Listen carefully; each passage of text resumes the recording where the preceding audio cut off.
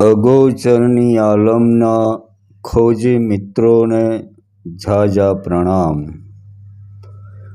મિત્રો, શું ધ્યાનમાં માણસ આગળના જન્મો જોઈ શકે ખરો? એનો આ ત્રીજો એપિસોડ છે। આગળના 2 એપિસોડ પણ જોઈ લેવા વિનંતી।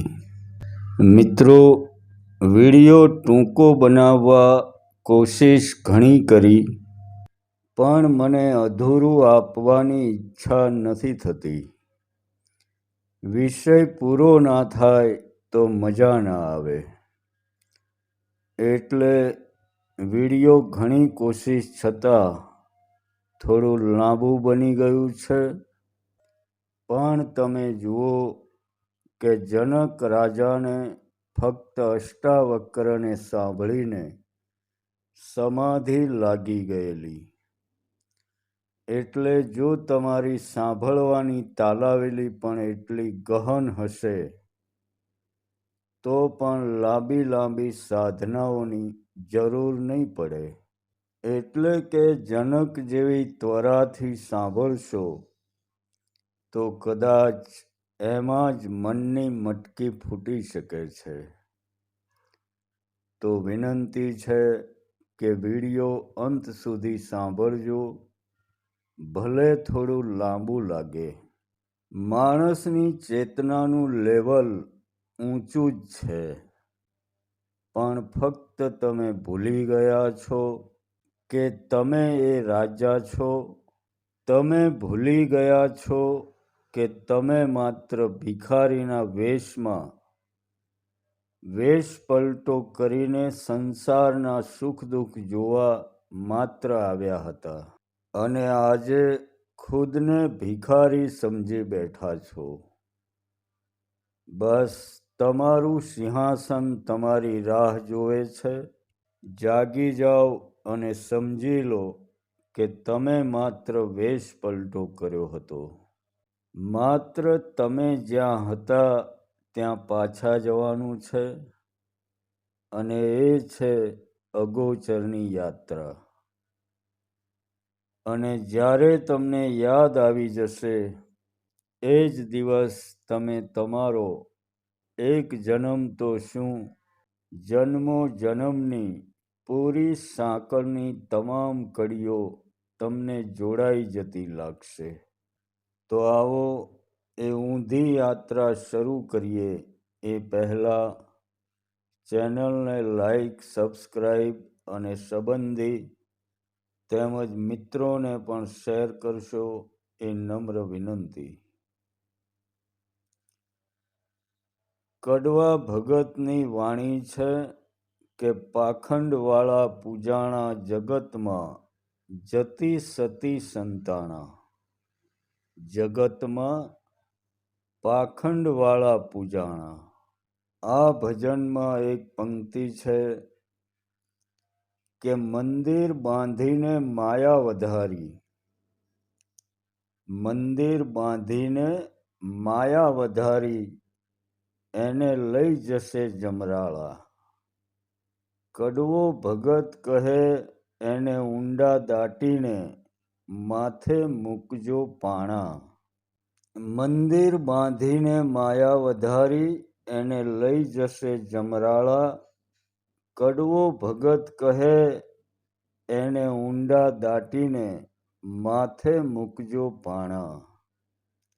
જગતમાં પાખંડવાળા પૂજાણા। તો શું કામ મંડ્યા છો ભાઈ મંદિરો બાંધવા? કડવો ભગત તો એમ કહે છે કે મંદિરો બાંધનારાને ઊંડા દાટી દો અને એને માથે મૂકો પાણા, યાને કે પથરા। અને તમે છો કે મંદિરો બાંધ્યા જ કરો છો, બાંધ્યા જ કરો છો। કેમ કોઈ આ મોટા કરોડોના ખર્ચે બંધાતા મંદિરો, મસ્જિદો અને ચર્ચોનો વિરોધ નથી કરતું? કારણ કે તમારી ચેતનાને મારી નાખવામાં આવી છે વાલા। દરેક ધર્મમાં માણસને એ લોકો કોઈ એક ચોક્કસ નક્કી કરેલા ધર્મના ધતિંગમાં ફસાવવા માગે છે. પણ યાદ રાખો મિત્રો, અલખના દરબારમાં મનુષ્ય ધર્મ સિવાય કોઈ મોટો ધર્મ નથી.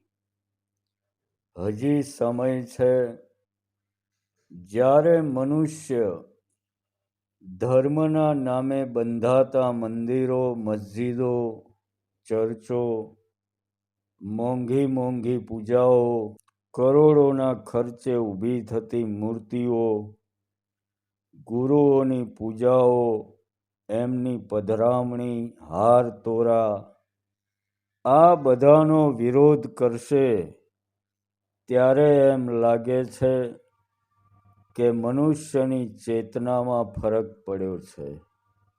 અખા ભગતની અને કડવા ભગતની વાતો કોઈ નથી કરતું. કબીરની સાખીઓ લઈને બધા ફરતા ફરે છે,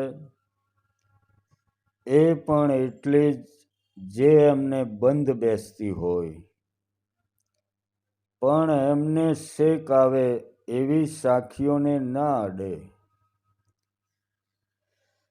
અખા ભગતના ચાબખા કોઈ યાદ કરતું નથી.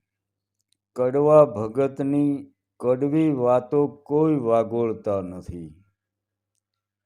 એ લોકોએ અમસ્તું તો કહ્યું નહીં હોય કે ભાઈ આંધળી દોટ ના મૂકો, કશું જ નથી.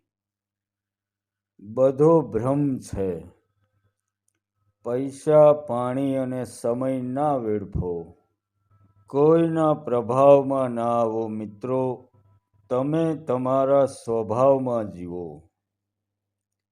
અને યાદ રાખજો કે આધ્યાત્મિક જ્ઞાન આપે ઉપજે, કોઈના આપવાથી કાંઈ ના થાય.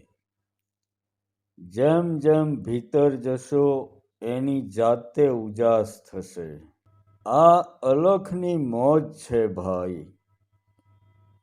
આ કોઈ તમારા લલ્લુ પંજુનો આશ્રમ નથી કે 5000 વધુ આપશો તો પહેલી લાઈનમાં VIP સુવિધા મળશે.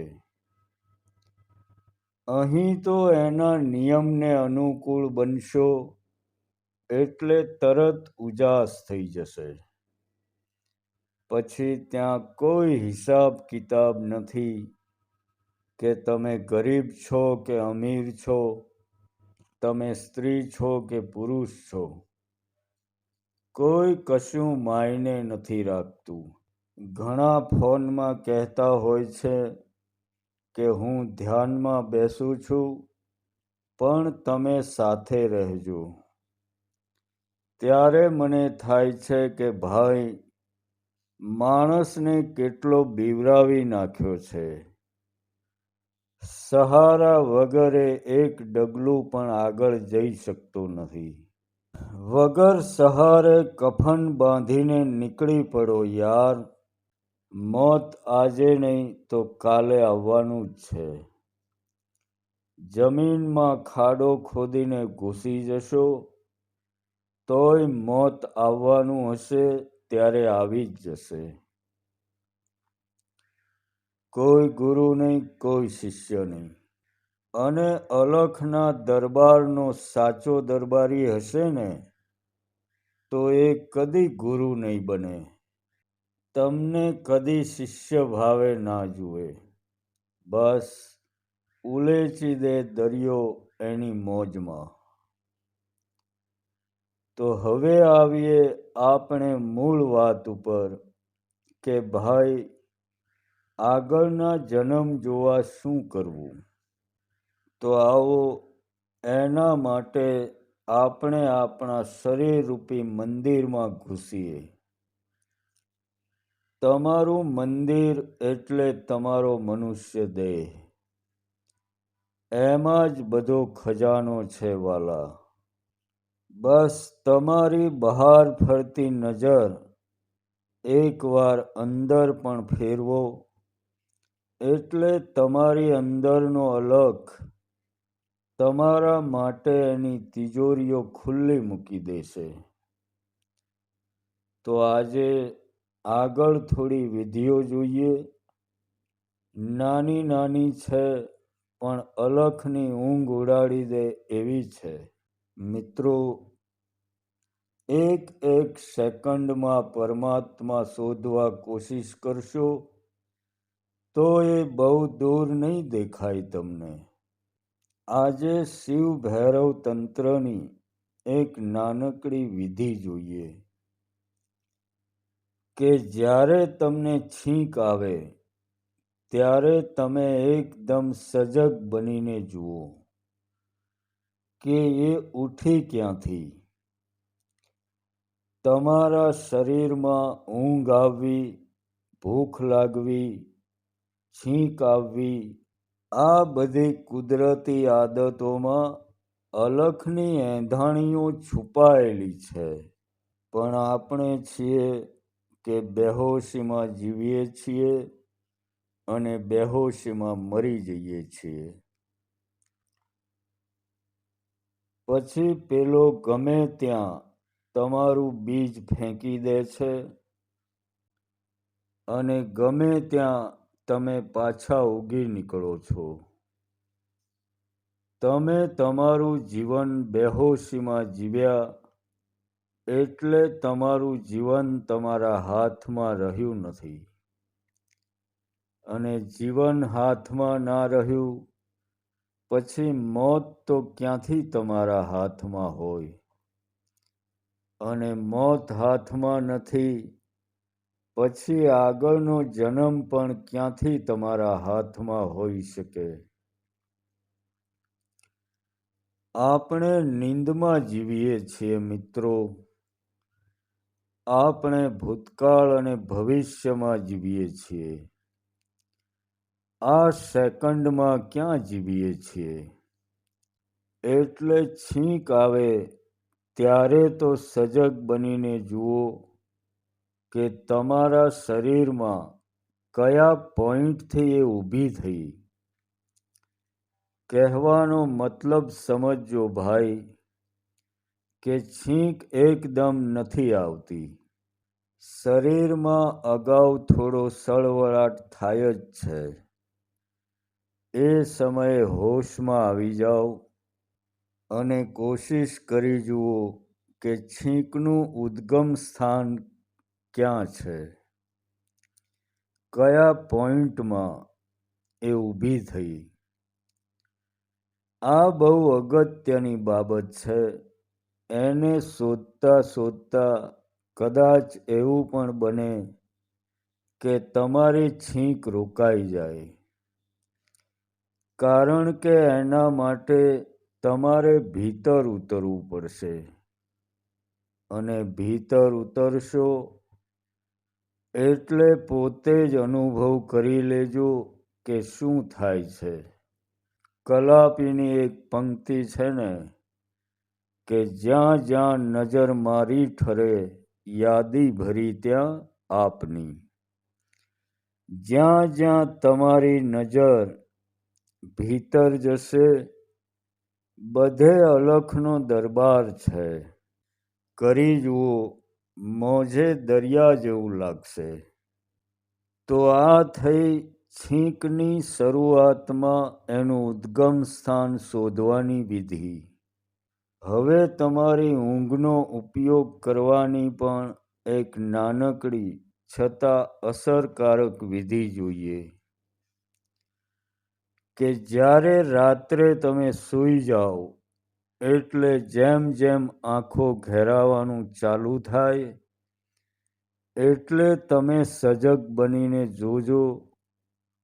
કારણ કે તમે ઊંઘમાં ક્યારે જાઓ છો, કયા પોઈન્ટથી તમે ઊંઘમાં ડૂબી જાઓ છો એ પોઈન્ટ પકડવાનો છે. અને એ પોઈન્ટ તમે ત્યારે જ પકડી શકશો જ્યારે તમે સજગ હશો. અને જેવો એ પોઈન્ટ પકડી શકશો તો કદાચ એવું પણ લાગે કે તમે કોઈ અંધારા ઊંડા કૂવામાં ફેંકાઈ રહ્યા છો. યા પછી જેવા ઊંઘમાં જશો એટલે તમારો છેલ્લો જે વિચાર હશે એ હકીકત બનવા લાગશે. એટલે સ્વપ્ન જગત ચાલુ થશે અને સ્વપ્ન જગતમાં પણ તમારે હોશમાં રહેવાનું છે કે હવે સ્વપ્ન ચાલુ થયા. તમને હોશ હોવો જોઈએ કે તમે સ્વપ્ન જોઈ રહ્યા છો. પૂરા સજગ રહો કે હું નીંદમાં છું અને આ સ્વપ્ન ચાલી રહ્યું છે. કરી જુઓ મિત્રો, કારણ કે આપણે સ્વપ્નને એક આભાસ સમજીને પૂરી જિંદગી એના તરફ ધ્યાન આપતા નથી. પણ તમે વિચાર કરો કે સ્વપ્નમાં કોઈ બીજું તો હોતું જ નથી. તમારી ચેતના યાને કે તમે જ સ્વપ્ન જોઈ રહ્યા છો. તમે જ ઊંઘી ગયા છો તો તમે જ સ્વપ્ન જોતા હોય ને. ત્યાં કોઈ બીજો થોડો આવવાનો. જાગૃત અવસ્થામાં જે તમે છો એ જ સ્વપ્નમાં પણ તમે જ છો. બસ ખાલી શરીર તમારી પાસે હોતું નથી એટલું જ. બાકી છો તો તમે જ. અને શરીર નથી હોતું એટલે તો તમારી પાસે પગ નથી હોતા. તમે બસ ઠસડાતા હોય એવું લાગે. અગાઉ પણ કહેલું કે તમે સ્વપ્નમાં કદી બૂટ કે ચંપલ પહેરીને ચાલતા હોય એવું કદી સપનું નહીં આવે તમને. કારણ કે ત્યાં શરીર નથી તમારી પાસે. અને એ જ તમારી સૂક્ષ્મ શરીરની યાત્રા છે મિત્રો. અને જો આ અભ્યાસ ધીરે ધીરે તમારો ગહન બની જશે તો તમારા સૂક્ષ્મ શરીરનો વિકાસ થવો પણ ચાલુ થશે. અને પછી ધીરે ધીરે જાગૃત અવસ્થામાં પણ સંસાર તમને સપના જેવો લાગવા માંડશે. કરી જુઓ મિત્રો, આ બધી વિધિઓનો મૂળ આશય એ છે કે તમારા શરીરરૂપી મંદિરથી જરા પણ દૂર ના જાઓ. અગોચરની યાત્રા તમારા ભીતરની યાત્રા છે. જરાક પણ બહાર ભટક્યા કે સમજો પરમાત્માથી તમે દૂર થઈ ગયા. જગતમાં કશું નથી, ફક્ત તમારી અંદરનો વિસ્તાર એટલે જગત.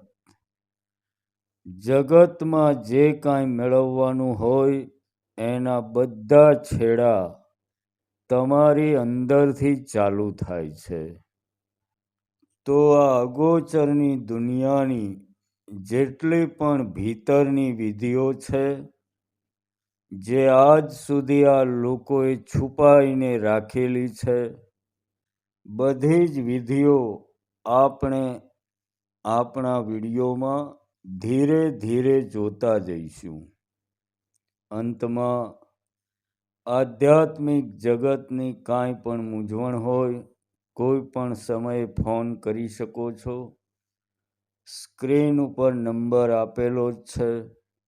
એમાં વોટ્સઅપ નથી એટલે મેસેજ કરવો નહીં, સીધો ફોન કરી દેવા વિનંતી. તમારી અંદરના અલખને ઝાઝા પ્રણામ. તો મળીશું મિત્રો આવી જ બીજી વિધિઓ સાથે આવતા એપિસોડમાં.